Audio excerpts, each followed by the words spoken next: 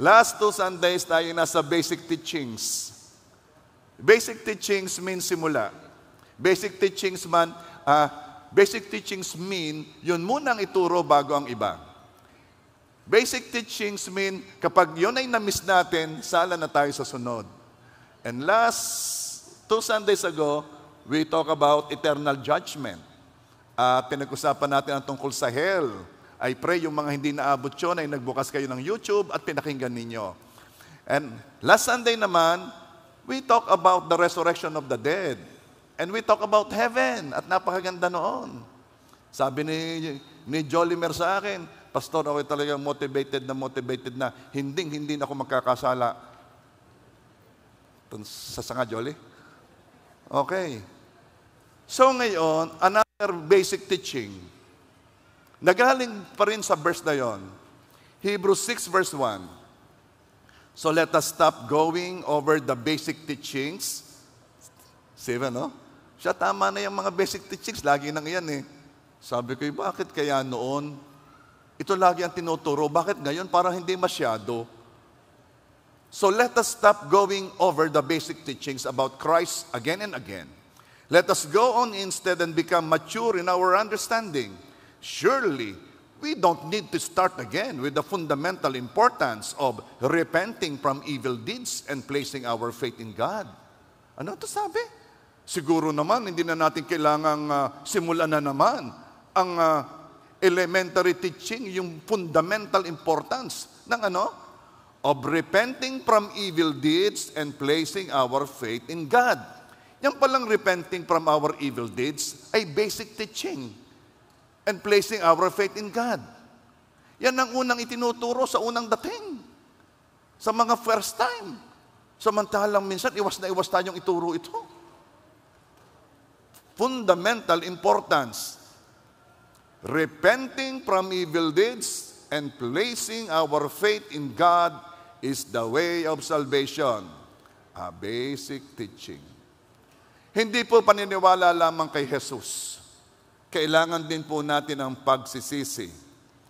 Sabi ng Acts 26:20, nangaral ako una sa Damasco, saka sa Jerusalem, at sa buong lupain ng Judea, at gayon din sa mga hentil.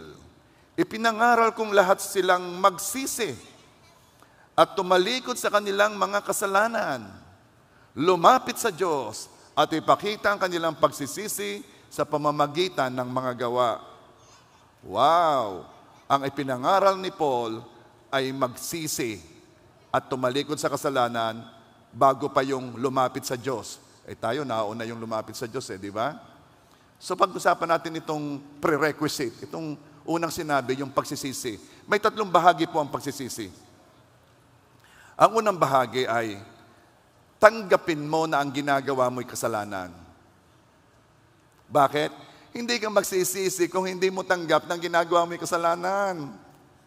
At dito pa lang, malaking issue na kasi ang kasalanan sa iyo, maaaring hindi kasalanan sa iba. I told you a while ago, na noong una yung pagtatapon ng mga basura galing sa sasakyan, yung bang kakain halimbawa ng saging, tapon ng balat sa labas ng sasakyan, noong una, hindi kasalanan yon, hindi ka nababother doon. Pero habang tumatagal, parang mali yata yun. So, hindi mo maidiin yung mga bagay sa isang tao na yun ay kasalanan kung hindi kasalanan yun sa kanya. So, ang unang bahagi ng kasalanan, tanggapin mo ng ginagawa mo'y kasalanan. Napakarami nating reason kung bakit hindi kasalanan ang ating ginagawa. Katulad ng kultura. Culture dito. Merong American pastor na dumalaw sa isang farm. Yung farm na yon, maraming mga manok na pangsabong. And then, sabi ko, pipicturean kita, pipicturean. Hindi niya ma-explain, hindi niya masabi sa akin ng reason because gusto niyang maging polite. Pero sabi niya, wag na kaya, bakit hindi ko rin may i-post yan, hindi ko maipakita yan sa Amerika, bakit? Hindi ito tanggap, bakit? Cruelty to animals to. Yung kultura sa Pilipinas na maraming coliseum, ay bagay na hindi tanggap sa kultura sa ibang bansa. Dahil ang sabi nila, kawawa ang manok.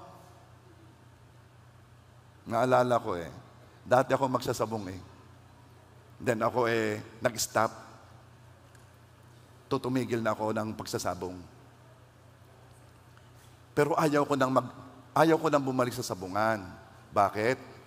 Ayaw kong ilagay ang sarili ko sa unnecessary temptation.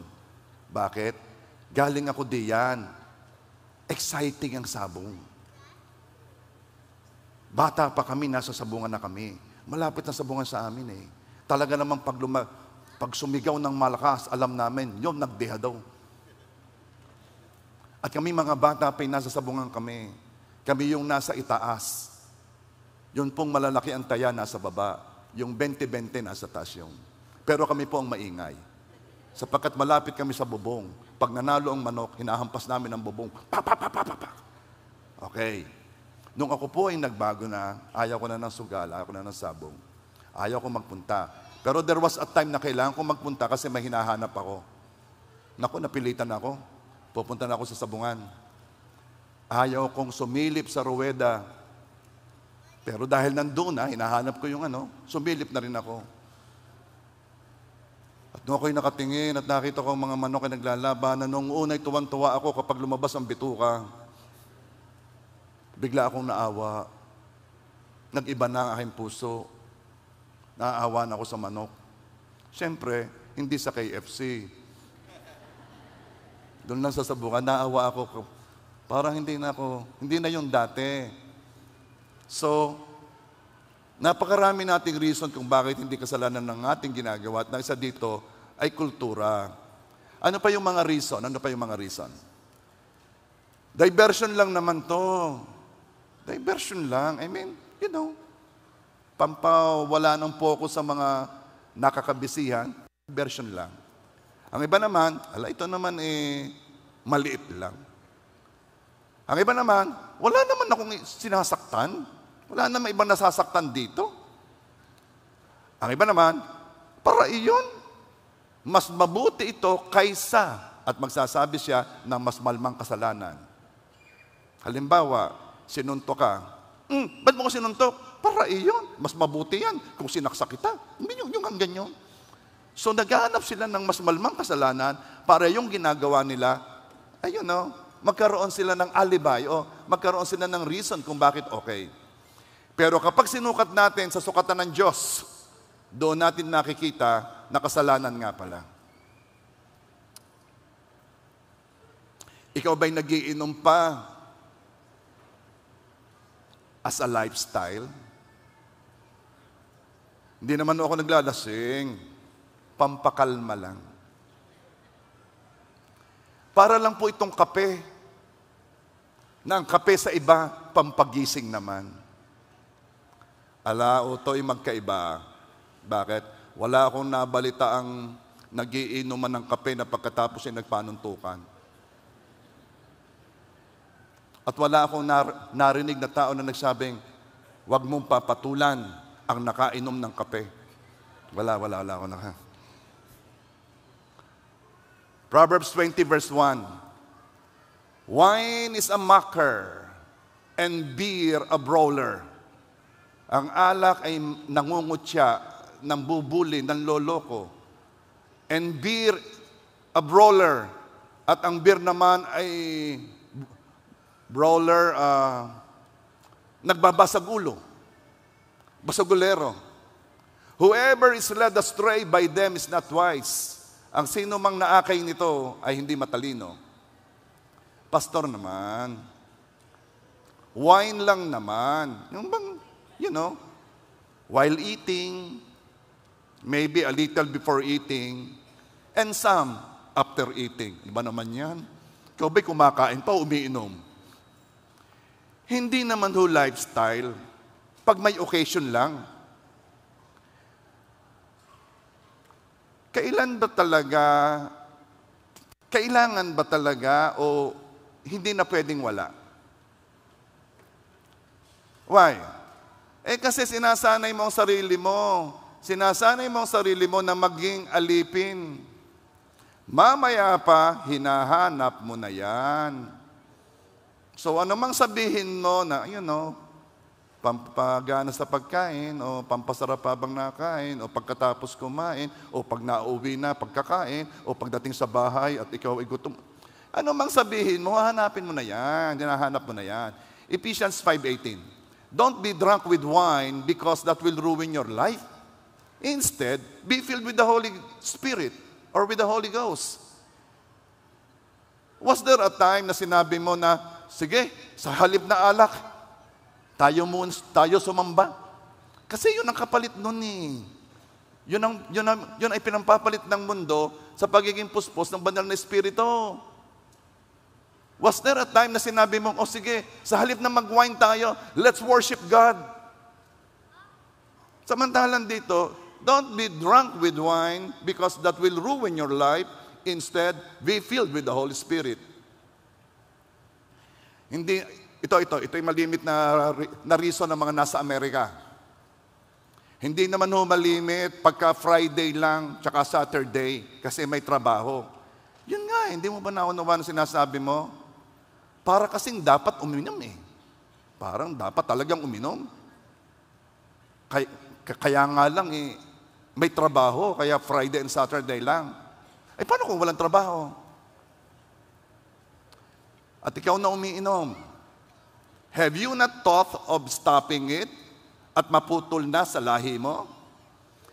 Kasi marami sa umiinom ay dahil nakita niya sa magulang nila na sila'y umiinom. Siya pa ang tagabili ng yelo. Kaya dire-diretso yan sa lahi. Sa halip na maputol sa lahi, pine-perpetuate mo. At alam mo mangyayari? Yung anak mo, dahil nakita sa iyo, iinom din yan. At yung apo mo, gagayahin na yon. Dire-diretso ang lahi mo. Samantalang you have a choice. Pwede namang dumire-diretso ang lahi mo ng mga mananamba sa Diyos. Alcohol is an addiction in public. Ito yung atin ay binubulgar. Hindi na ito kinakahiya. Alam mo kami nagre-reunion ng aming mga kaklase pag high school Ay di ako napunta doon. Hindi ko mayakag sa bahay Pagka yung mga mag-reunion, bakit? Ay bawal ang alak sa amin. Alcohol is an addiction in public. And there are also addictions in private. Ano po yun? Watching porn. At ang sabi ng porn, this is a pleasure na walang nasasaktan, harmless. Pero hindi mo naunawaan. Katulad ng alak, inaalipin ka nito. At ang Christian na gumagawa nito ay talaga namang na babind, inaalipin, at ang resulta nito ay shame and guilt. Walang lumalalim sa kanyang intimacy with God kapag merong addiction, katulad nito. So, una pa lang yan, sa pagsisisi, kailangan tanggapin mo na ang ginagawa mo ay kasalanan. Dahil kung hindi ka pupunta doon, napakalayong magsisi. Napakalayo. Lagi kang makakakita ng dahilan. Padalwa, okay, nalaman mo na yun ay kasalanan. Ang sunod, malungkot sa kasalanang ginagawa o ginawa. Kahit patanggap mo na kasalanan ng ginagawa, ang tanong, nalulungkot ka ba? Do you feel sorry for what you did? Kasi kung hindi ka nalulungkot sa kasalanan, kahit patanggap mo na, sige, mali nga yun, pero hindi ka nalulungkot, paano ka magsisisi?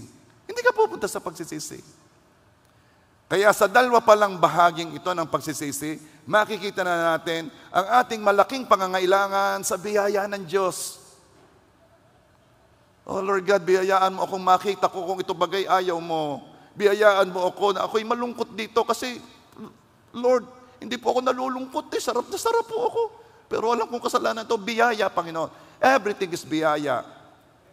Ito rin ang una natin dapat tingin sa Diyos kapag ipinagpe-pray natin ng ibang tao, lalo ng ating mga mahal sa buhay, na biyayaan sila ng Diyos ng conviction of the Holy Spirit upang uusig ng Holy Spirit, sapagkat kahit pa alam mong kasalanan yan at hindi ka naman nalulungkot, it means hindi kumikilos ng banal na Espiritu sa iyo upang ikaw ay malungkot, then hindi ka magsisisi. Kaya ang prayer natin, Lord, ipamata mo sa Kanya ang karumihan ng kasalanang ginagawa.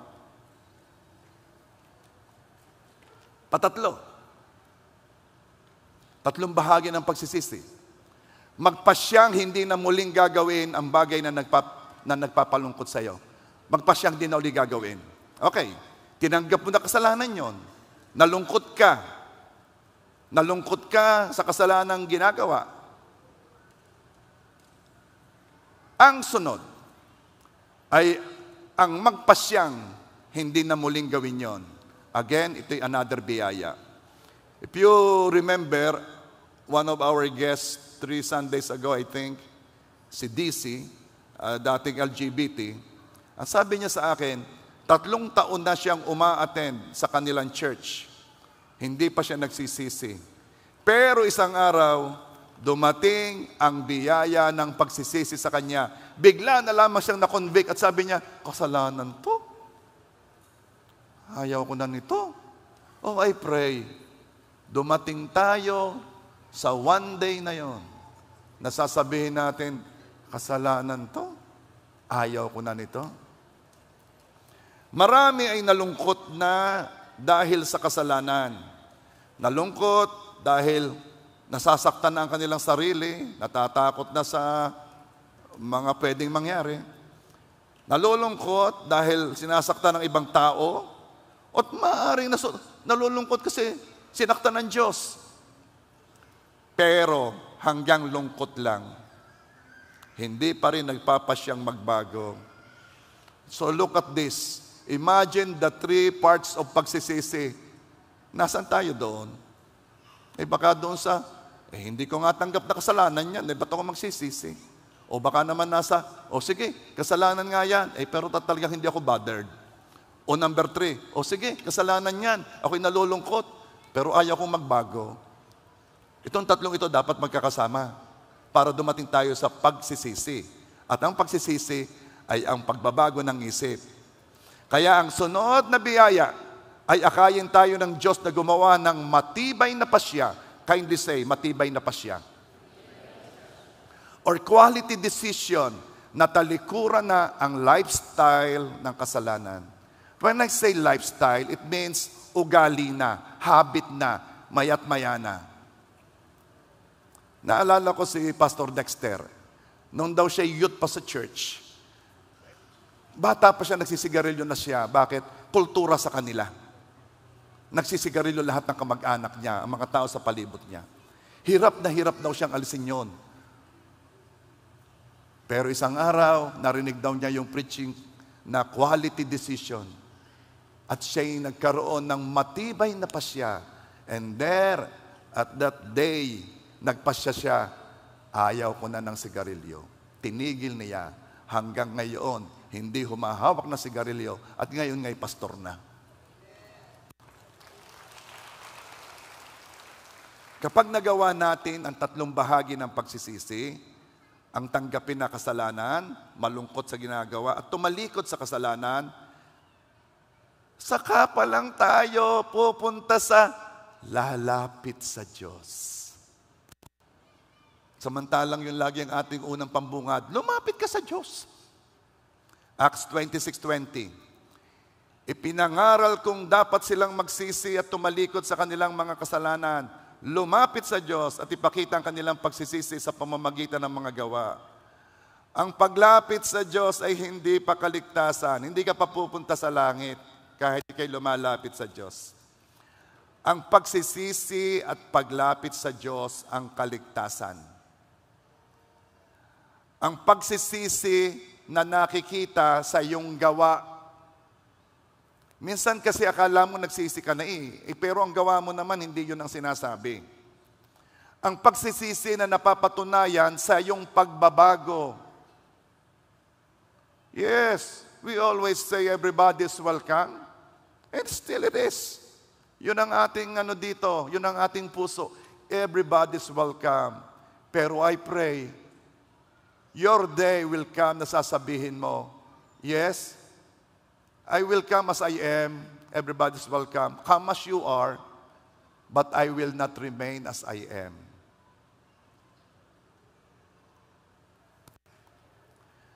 Ang patunay na ligtas na ay ang pagbabago ng buhay. Kasi bago ka nang nilalang, iba na ang nature mo. 2 Corinthians 5:17. Therefore, if anyone is in Christ, he is a new creation. All things have passed away. Behold, all things have become new. Sa alam mo mat sa hindi, kapag tunay mong tinanggap ang Diyos at ikay nagsisi, ikaw ay nabago na. Bago ka nang nilalang. If we have an x-ray here, na makakapagpakita lamang ang tunay na ikaw ay lalabas doon, hindi na ikaw ang dating ikaw. Bago ka na. Iba nang nilalang. At ang nilalang na ito, don't harbor ill feelings. Ang nilalang na ito hindi nagkikimkim ng sama ng loob. Sabi nga ng isang preacher na narinig ko, pipili ka rin lamang ng kikimkimin, sama pa ng loob. Magkimkim ka na ng iba. Kaya naman, we say sorry. Kahit hindi maliwanag kung sino ang mali. Kayo kayo gayon. Kayo kayo nagsosorry na kahit hindi maliwanag kung sino ang mali. Ay dahil kapag hinintay mo pang maliwanag sa iyo kung sino ang mali, lampas na. Wala na, lumalim na sa iyo at sa kanya. Say sorry kahit hindi maliwanag kung sino ang mali. Kasi, hindi lang sa we don't want to hurt others, we want to remain sa peace ni God. Kapag something is bothering you, come on, say sorry.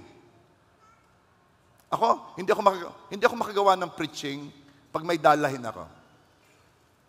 Nakikipag-ayos muna ako kahit kanino, kahit hindi ko sure basta may dalahin. Kasi hindi ako maka-flow sa kilos ng Holy Spirit if there is anything that is stealing my peace, stealing my joy.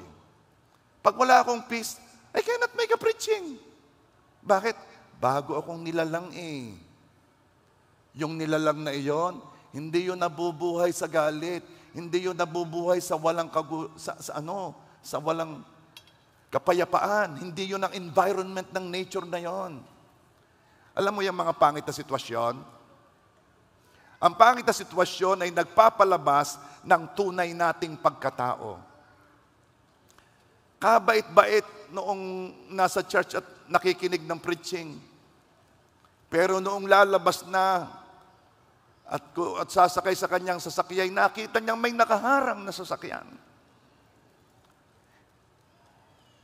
Ay yung nakaharang, ay nagla-life group pa. Hindi malaman kung nasaan. At nandito na, lumalabas na ang pagkataong nalimutan na siya'y na kay Kristo. I want to remind you, iba na tayong nilalang. Alam mo ga na ang mga pangit na sitwasyon ang nagpapalabas ng tunay nating pagkatao? Sa langit, hindi nalalabas yon. Kaya kailangan pagpunta natin doon bago na tayong nilalang. Dito lang lalabas yon. Kasi sa langit, hindi masusubok. Hindi matetes. Kasi perfect environment yon. Wala doong magpapainit ng ulo mo. Wala doong mananakit sa iyo. Bakit? Hindi ka naman pwedeng saktan. There is no pain in heaven. Wala nang pwedeng magpalungkot sa iyo because there is no loss in heaven. Hindi ka na pwedeng masubukan kung pag ikaw gay gutom, mainit ang ulo mo. Dahil walang gutom sa langit. Kung kakain ka doon, hindi dahil gutom ka. Gusto mo lamang ma-pleasure or ma-satisfy. Wala na doong yung pagod. Huwag kang ako'y pagod. Kaya ako'y nakapagsalita, ako'y pagod ng ano. Hindi na masusubukan. Dito lang. Dito lang. Dito lalabas ang tunay na ikaw. Pag kayo nasa pangit na sitwasyon.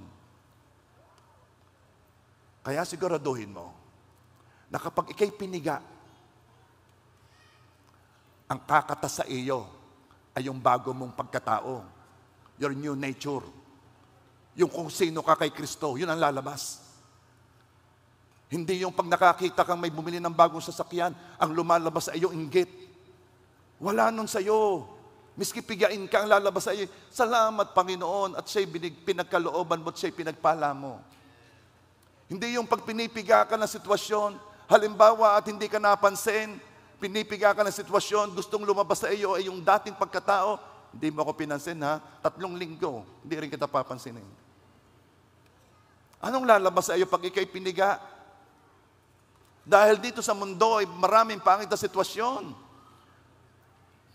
Siguraduhin mo ang lalabas ay si Kristo. Dahil yon ikaw. Ikay na kay Kristo. Are you there? Alam mo yung offense, choice yan eh. Choice yan. Kahit wala kang gawin, pwede akong ma-offend sa'yo. Kung pipiliin ko. At kahit naman anong sakit ng ginawa mo sa akin, pwede pa rin akong hindi ma-offend sa'yo kung pipiliin ko. It is a choice. Ano?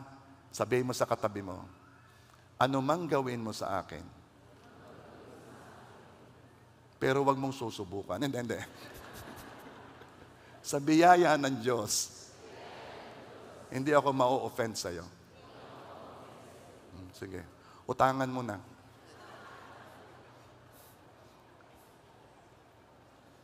Iba na tayong nilalang. Hayaan mo na kahit pigain tayo ng mga pangyayari, kabutihan ang lalabas sa atin. Bakit? Kasi yun ang nature natin. Saan ka nakakita? Habang nakakulong si Silas at si Peter, sa napakadilim, napakadumi at napakabahong kulungan, ay umawit sila para sambahin ang Diyos. Sino dito na matapos makatanggap ng hindi magandang serbisyo sa restaurant, ay sa halip nabulyawan ng waiter o kung sino man at umastang bossing, ay umawit sa Panginoon? Sino dito na merong sasakyan sa harap na lahat ng tao sa tabi ay tinigilan at akala'y sasakay, at ikaw naman hindi maka-overtake, ikay break din ang brake? Sino dito na habang nakikita mo yon ay pinili mong sabihin, hayaan mo na't naghahanap buhay? Sino dito na noong kayo ay may appointment ng 9:30 magkikita sa Jollibee, ay dumating siya ng 11:30?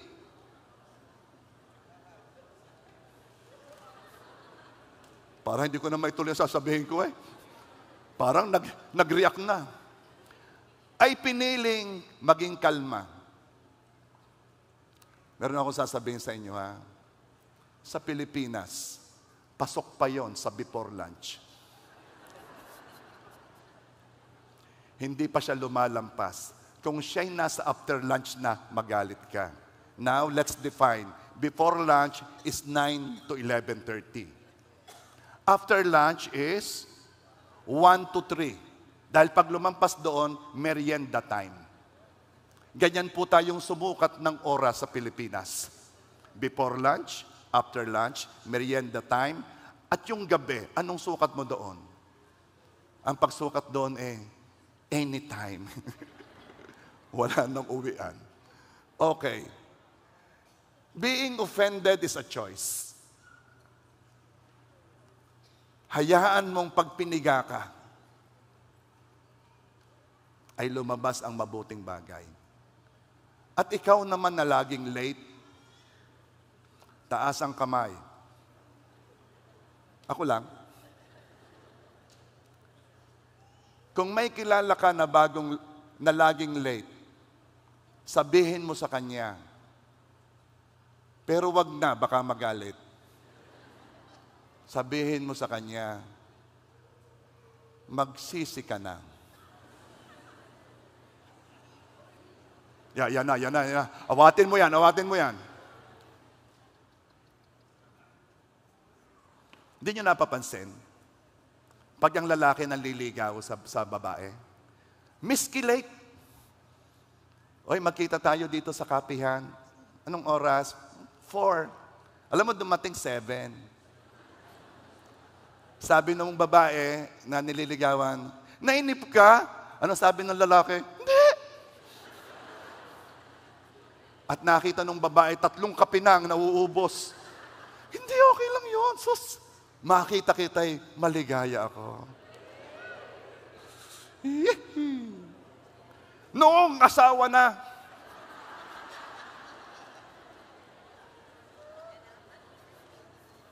kayong mga babae, huwag kayong magpapaniwala sa lalaki ng liligaw. Huwag kayong maniniwala. Makikita ninyo yung pag-asawa na ninyo. Dali! Sabing dumali! Halabo nito nung ako nililigawan, parang ako lang ang mundo niya. Anyway. Ano ang kaugnayan nun sa tinuturo nyo? Wala. Piliin mo, katulad ni Silas at ni Peter, kahit nasa pangit na sitwasyon, nung siya'y piniga, ang lumabas ay pagsamba sa Diyos. So kapag yung hinihintay mo, 1 oras ka na doon, wala pa, anong gagawin mo? Pinupuri ka namin, O Jesus. 2 oras, wala pa rin. Anong gagawin mo? Sumigaw sa galak ang lahat ng nilalang. 3 oras, wala pa. Anong gagawin mo? Abay, umuwi ka na.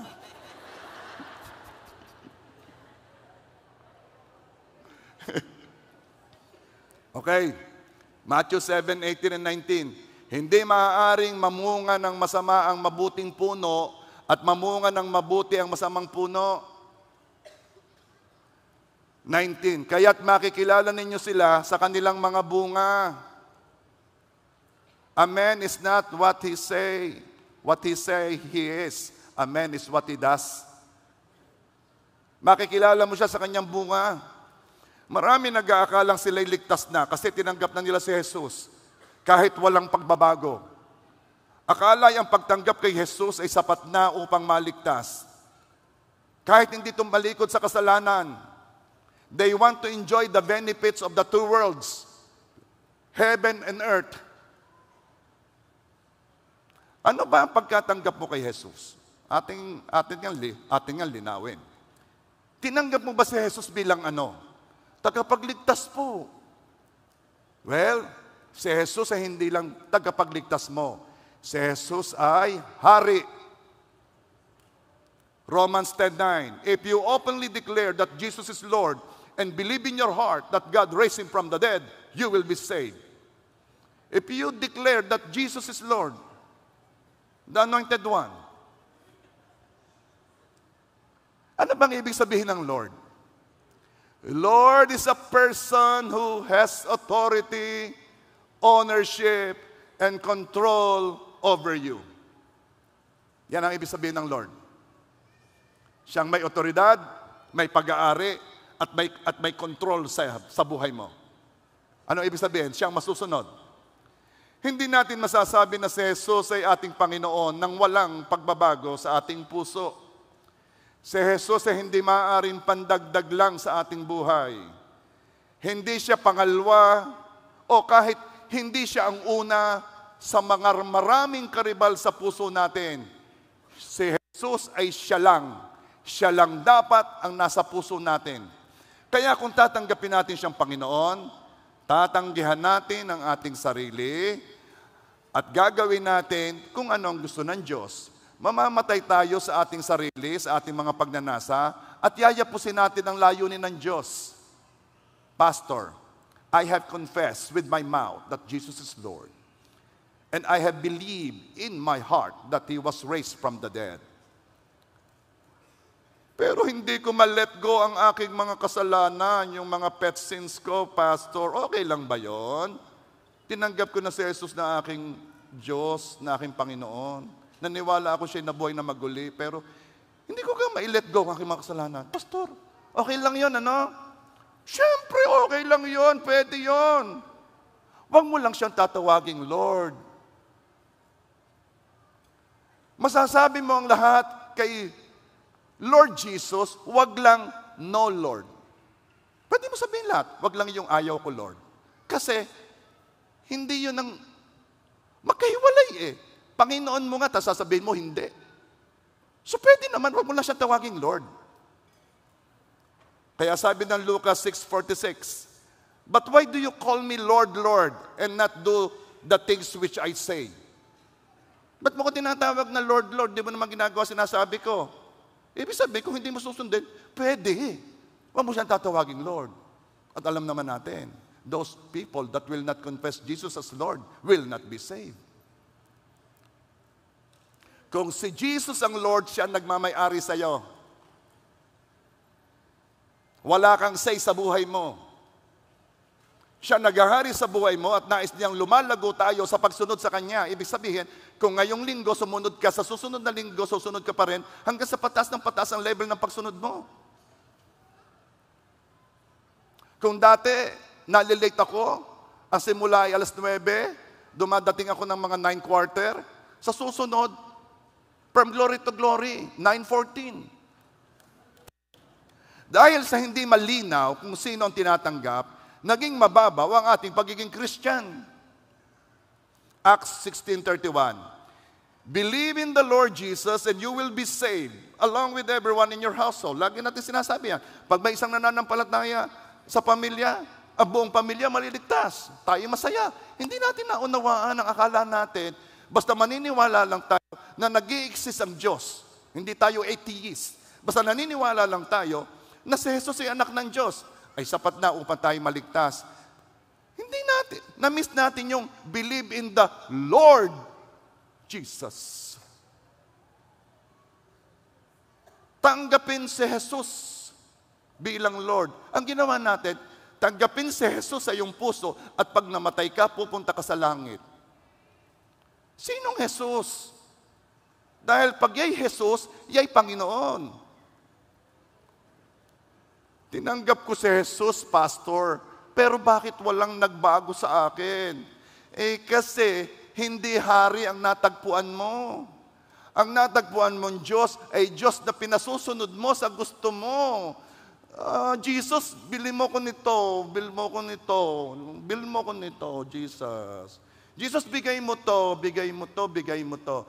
Jesus, make my life easier, make my life happy, make my life peaceful, happy. Jesus, gawin mo to sa akin. Yon ang Jesus na natagpuan natin. Ano? Diyos na pinasusunod natin sa gusto natin. Pero no, ang Diyos na iyong tinanggap ay hari. Samantalang ang Diyos na gusto natin ay Diyos na pinag-a-adjust natin sa atin. Jesus, ikaw ang mag-adjust. Ako'y malungkot. Aba, gawa mo ng paraan. Mag-adjust ka. Samantalang sabi ng Panginoon, "Come to me, all of you who are heavily laden, and I will give you rest." Ibig sabihin, ano mas sitwasyon? Lapit ka sa Kanya, hindi yung si Lord ang iyong pa-adjustin. Lord, baguhin mo sitwasyon ko. No. Si Jesus ang hari. Si Jesus ang nakaupo sa trono. Jesus is the King of all kings, the Lord of all lords. Siya ang hari magpakailan paman. Hindi siya susunod sa gusto mo. Kung si Jesus ang natagpuan mo, hari ang natagpuan mo, ikaw ang a-adjust, ikaw ang susunod. Ano man ang iyong katatayuan sa buhay, na alam mo namang mali, panahon na, gawin mong hari si Jesus.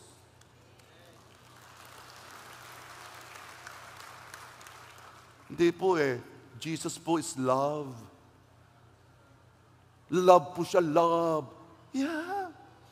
And that kind of love brings people to hell.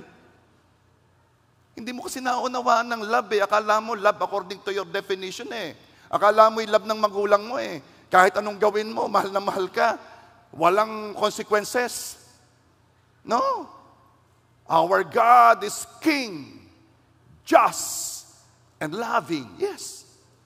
Kaya nga pinadala ang Panginoong Jesus, mahal tayo Meron ng allowance Are you there? Kung si Jesus ang natagpuan mo, hari ang natagpuan mo, ikaw ang a-adjust, ikaw ang susunod. Tulad ni Saulo, si Saulo ang naging Pablo isang persecutor ng Christians. Siya'y nabago kasi nakilala niya si Jesus bilang hari. Si Saulo at that time ay may dalang sulat galing sa punong pari na mayroong permiso para igapos niya lahat ng Kristiyano at hulihin. Pero may nangyari kay Saulo on his way to Damascus. Gawa 9 verse 3. Sa kanyang paglalakbay, dumating siya sa malapit sa Damasco. Biglang kumislap sa palibot niya ang isang liwanag mula sa langit. Verse 4. Bumagsak siya sa lupa at nakarinig ng isang tinig na sa kanya'y nagsasabi, Saulo, Saulo, bakit mo ako iniuusig? Ikaw kaya, naglalakad ka. Papunta kang, sige nga, magsabi nga kayo lagi niya, papunta kang night market. At habang naglalakad ka, bigla nakakita ka ng liwanag, pa, pa, pa. At ikay bumagsak at nakarinig ka ng boses. Magsabi kayo sa akin ng pangalan. Miss, anong pangalan? Okay. Mario! Mario! Bakit ka naglalasay? O palitan natin. Magsabi ka na ibang pangalan para wala akong ano. Anong papa? Sabi yung papa. Okay. Juan! Si Juan naglalakad. Pupunta ng palengke. Bigla nakakita ng liwanag. Bigla may nagsalita. Juan! Juan! Ba't ka sugal na sugal? Sa pang pangalan, matatapos na. Anong Clifford? Huwag naman yun, masyado naman yun. Babae naman, babae, para parehas. Okay, M. Michelle. Naglalakad si Michelle. Saan pupunta pag babae? Parlor. Magpapakulay ng buhok. At habang naglalakad, ay miwanag. At may narinig na boses, Michelle, iwan mo na yan. Ba't pag babae, ang laki ng kasalanan? Ano? Pastor, ba't kayo ng mga sampol mo? Ba't pag kami ganun? Okay. Michelle, iwan mo na yan. Sino po kayo? Sabi ni Saulo. Panginoon, sino po kayo? Hindi pa alam, Panginoon na ang tawag. Kasi hindi natin na-encounter si Jesus bilang Lord Laging gusto mo, loving. Pero pag na-encounter mo si Jesus bilang hari, katulad ni Saulo, magbabago ka. Bakit? Pagtayo ni Saul, bulag siya. 3 araw siyang bulag. At the same time, nang usap si Lord kay Ananias, na-encounter ni Saulo, at dahil doon, sinugo ng Lord si Ananias, puntahan mo si Saulo. Sabi ni Ananias, wala, yun mamamatay ko siya. Hindi, pinili ko siya para siya maging instrumento sa mga hintil. Pinag-pray ni Ananias, nakakita si Saulo at naging Pablo. Napalitan ang hari sa buhay ni Pablo, kaya nagkaroon ng pagbabago. Tulad ni Brother Bonnie, na isang araw ay tinawag siya, Bonnie, panahon na. At nakilala ni Brother Bonnie si Jesus bilang hari. And there and then, tumigil na ng pagsusugal si Brother Bonnie.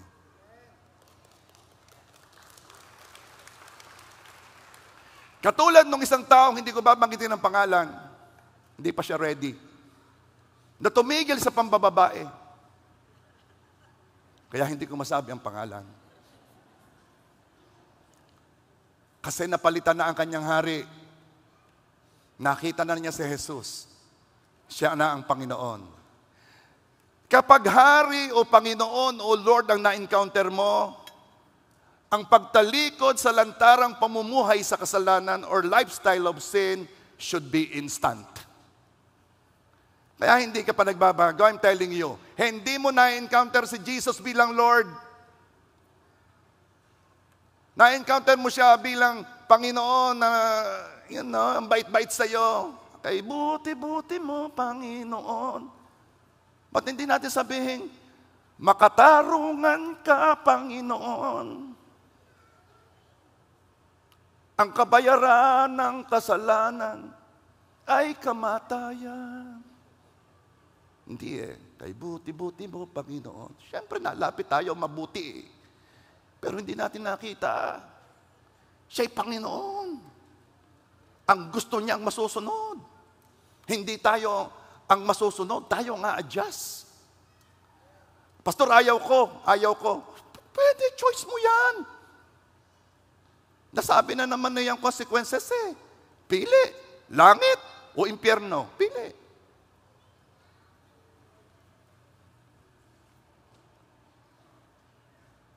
Kaya may kasalanan o bisyo na naghahari sa'yo, wala pang genuine encounter sa tunay na hari. Kaya walang desire magbago, walang takot sa Diyos. Ang buhay na walang hanggan ay hindi magsisimula lang pag tayo'y namatay. Ito'y nagsimula na sa araw na tinanggap si Jesus. Ang tanong, anong gagawin mo pagkatanggap mo kay Jesus at bago ka pumunta sa langit? Anong gagawin mo in between? Titus 3 verse 8. This is a faithful saying, and these things I want you to affirm constantly. I-affirm, idiin, ipaalala na that those who have believed in God should be careful to maintain good works. Sila, nananampalataya sa Diyos, ay magpakita ng mabubuting gawa. Affirm constantly. Ipaalala, ipakita mo lagi. That's why I will affirm again. Kung ligtas ka, kung tagalangit ka, bumubunga ka ng mabubuting gawa. Kung tinanggap mo si Jesus, pero hindi ka pa nagsisisi sa lantarang lifestyle ng kasalanan, it means you are rejecting His Lordship. Tinatanggihan mo ang pagiging Panginoon ni Jesus sa buhay mo. Tinatanggihan mo siya. Matthew 7:21 hanggang 23. Hindi lahat ng nagsasabi sa aking Panginoon, Panginoon ay papasok sa kaharian ng langit, kundi ang gumaganap ng kalooban ng aking Ama na nasa langit. Verse 22, sa araw na iyon ay marami ang magsasabi sa akin, Panginoon, Panginoon, hindi ba nagpropesiya kami sa iyong pangalan? At nagpalayas ng mga demonyo sa inyong pangalan? At sa iyong pangalan ay gumawa kami ng maraming gawang makapangyarihan? Verse 23, at kung magkagayon ay ipapahayag ko sa kanila, hindi ko kayo kilala kailanman, lumayo kayo sa akin, kayong mga gumagawa ng kasamaan. We prophesied in your name.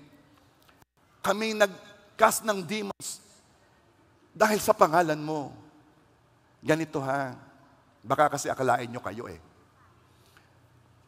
Kapag may nangyaring maganda, at ikaw ay ginamit, at ginamit mong pangalan ng Panginoong Jesus, yon ay naganap dahil interes yun ng Diyos. Hindi yun naganap dahil sa'yo. Naganap yun dahil gusto ng Diyos mangyari yun, at yun ay ayon sa kanyang purpose. Kaya wag mong iaasa sa iyong ginawa ang kaligtasan mo. Dahil ang sabi dito, sa taong nagsasabing, bakit ganon? Kami nag-prophesy sa pangalan mo, kami nagpalayas ng demonyo sa pangalan mo, kami ay maraming gawang makapangyarihan sa pangalan mo. Bakit sinabi ng Panginoong Yesus, hindi ko kayo kilala kailanman. Lumayo kayo sa akin, kayong mga gumagawa ng kasamaan. Anong ibig sabihin? Sila'y practicing sin as a lifestyle. Hindi ko kayo kilala. Ito mo sabi ni Jesus, hindi ko kayo kilala kailanman. Ibig sabihin, yung time na nagsabi siyang, o Panginoong Jesus, tinatanggap ko kayo bilang Diyos. Hindi pa rin siya kilala. Bakit? Kasi walang pagsisisi. Kayong mga gumagawa ng kasamaan. Church, hindi niyo ako nakikita nagtuturo ng ganito pero nung nakita ko yung basic teaching, nalampasan ko Pumunta na tayo sa prosperity. Pumunta na tayo sa healing. Pumunta na tayo sa miracles at ang daming pinakita ng Diyos sa atin. Pero gusto kong ibalik. Ito ang basic teaching. Church, hindi pwede hindi nagsisisi sa kasalanan. Mananagot ako sa Diyos pag di ko ito sinabi. Mananagot ako. At kung sasabihin naman natin, hindi pastor, biyaya, biyaya. Kahit ano lusot ako, biyaya. O sige, praise God, sana nga. Pero matanong kita, paano kung hindi? Paano kung hindi?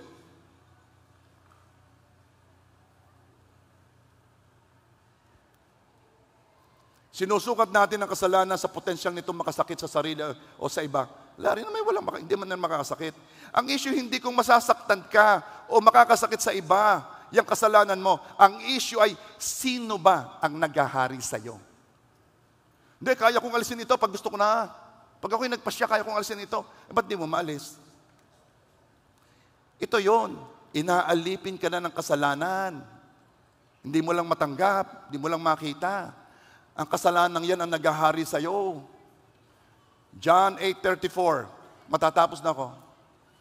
Sinagot sila ni Jesus, katotohanang sinasabi ko sa inyo, ang bawat nagkakasalay alipin ng kasalanan.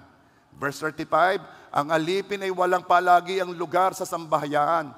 Ang anak ay may lugar doon magpakailanman. Ang alipin walang lugar. Sino yung alipin? Sila yung nagkakasala. Habitually. Lifestyle. Alipin. Verse 36. Kaya't kung kayo'y palayain ng anak, kayo'y magiging tunay na malaya. Bottom line,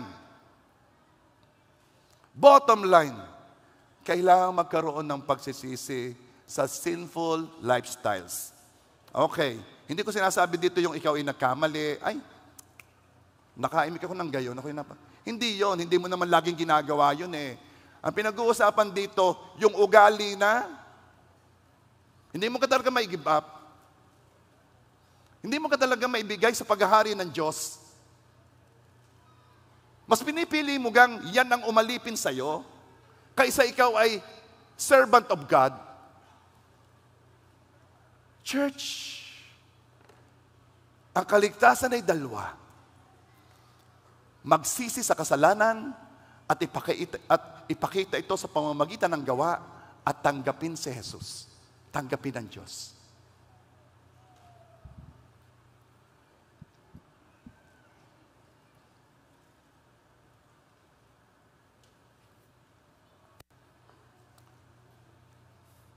If you are a little shocked or medyo something inside you is hindi magandang pakiramdam, praise God. That's the intention. Kailangan hindi tayo magandang pakiramdam pag alam nating may hinihingi ang Panginoon mo sa'yo. You know how it is to be under a boss? Yung meron kang boss, alam mo ang pakiramdam noon, gusto mong sundin ang lahat niyang gagawin. Boss mo eh. Pero I want to introduce to you the boss of all bosses, the King of all kings, the Lord of all lords, at siya ang iyong sundin.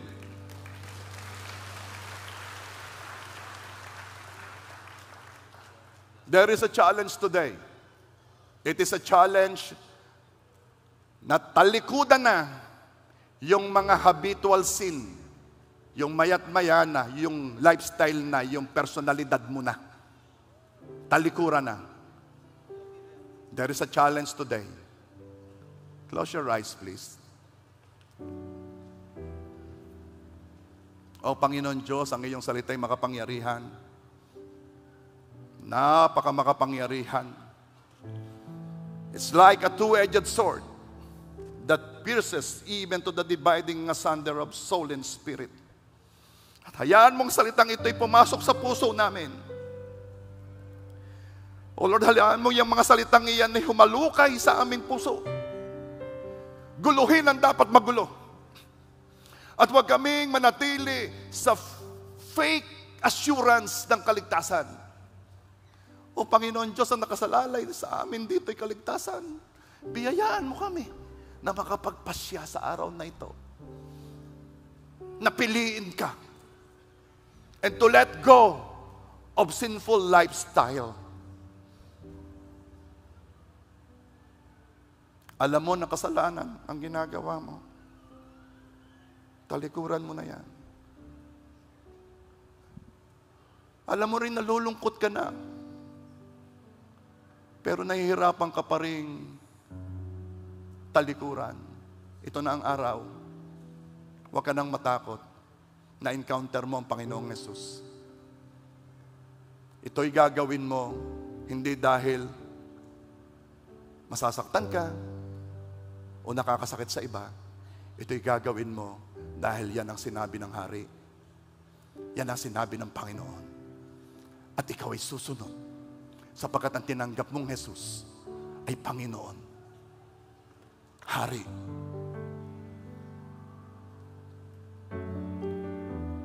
O Holy Spirit, I pray, biyayaan mo kami ng conviction. Biyayaan mo kami ng banal na pang-uusig. Biyayaan mo kami. At lahat ng sinful lifestyle na dahil doon ay nakapasok ng kaaway, inuutusan ko lahat ng kaaway na yon na lumabas in Jesus' name. Lahat na opportunistang demonyo na nagtayo na ng stronghold o kuta sa kasalanang ginagawa ng paulit-ulit, lahat kayo inuutusan ko, you are exposed. Inuutusan ko kayo, umalis sa mga anak ng Diyos ngayon. Now. Now. Now. Now. Now. Because holiness is flowing in the body of Christ in this church. Ikaw na nagnanais magbago, ngunit ramdam mo, laging may humahad lang sa'yo. Lagi kang bumabalik-balik, kahit gusto mo nang magbago. Kung yan ay gawa ng kaaway, kung yan ay kilos na ng kaaway at may nakapasok na, inuutusan ko ang mga opportunistang demonyong ito, labas. Labas. Labas. Now! Ikaw naman, na hindi pa makapagpasya, kahit alam mo na, ito na ang oras ng pagpapasya, huwag mo nang ipagmamamaya pa. Huwag mo nang ipagpapabukas pa. Today, you receive the word. Today, respond on the word. Tumugon ka sa salita ng Diyos. Now, at Lord, biyayaan mo ng banal na kalungkutan ang bawat isa sa kasalanang tinanggap na ito'y kasalanan. Biyayaan mo ng banal na kalungkutan. Now. Whom the Lord has set free is free indeed. Now, binibigyan kita ng minuto, ng panahon. Pagsisihan mo yung bagay na dinidil ng Diyos sa'yo. Pagsisihan mo ngayon. Close your eyes, bow down your heads. Sige, 3 yan. Tatanggapin mo na kasalanan yan, ha? Wala nang mga biro-biro pa. Kasalanan yan. Number 2, dapat kang malungkot diyan. Hindi yan pinagbibiruan. Sapagkat yung kasalanan yan ang magdadala sa eternal judgment. At patatlo, tatalikuran mo yan. Nang hindi mo sinasaalang-alang ang mga taong masasaktan, ang sasabihin, nagbago ka, ba't mo kami iniwan? Hindi mo yan isasaalang-alang sapagkat ang pinili mo ay ang Panginoong Hesus. Sige, ask forgiveness. Hingi ng patawad sa Diyos. Hingi ng patawad sa Diyos. Ask forgiveness. 1 Corinthians 6 verse 9 to 11. Hindi nyo ba alam na hindi magmamana ng kaharian ng Diyos ang masasama? Huwag kayong palinlang, sapagkat kailan may hindi magmamana ng kaharian ng Diyos ang mga immoral, mga nagkakasala sa kasalanang sexual, mga sumasamba sa Diyos-Diyosan, mga nangangalunya, nakikipagrelasyon sa kapwa lalaki o sa kapwa babae, hindi papasok sa kaharian ng Diyos ang magnanakaw, ang sakim, ang lasenggo, ang mapanlait, ang mandarambong. And verse 11 ng 1 Corinthians 6, at ganyan nga ang ilan sa inyo noon. Ngunit nilinis na kayo sa inyong mga kasalanan at ibinukod na kayo ng Diyos para maging Kanya. Itinuring na kayong matuwid dahil sa Panginoong Jesucristo at sa Espiritu ng ating Diyos. Kung yun ay dati mong ginagawa, o kung ano man, isuko mo na sa Panginoon. Itakwil mo na sa buhay mo. Itakwil mo na. Ang pinag-uusapan dito ay buhay na walang hanggan, kapatid. Ang pinag-uusapan dito ay ang iyong eternal future. O Panginoon Diyos, salamat po sa biyaya ng pagsisisi. Salamat po sa biyaya ng pang-uusig, conviction of the Holy Spirit. Panginoon, salamat sa pag-akay sa amin upang magsisi, ipamata mo pa ang mga bagay na dapat naming ihingi ng tawad, Panginoon. Ipamata mo pa sa amin, Lord God, kung hindi man ngayon, ay sa araw na ito, sa aming buhay, Lord, talk to us. At hayaan mo, Lord God, na ito'y mahingi namin ng sorry sa iyo.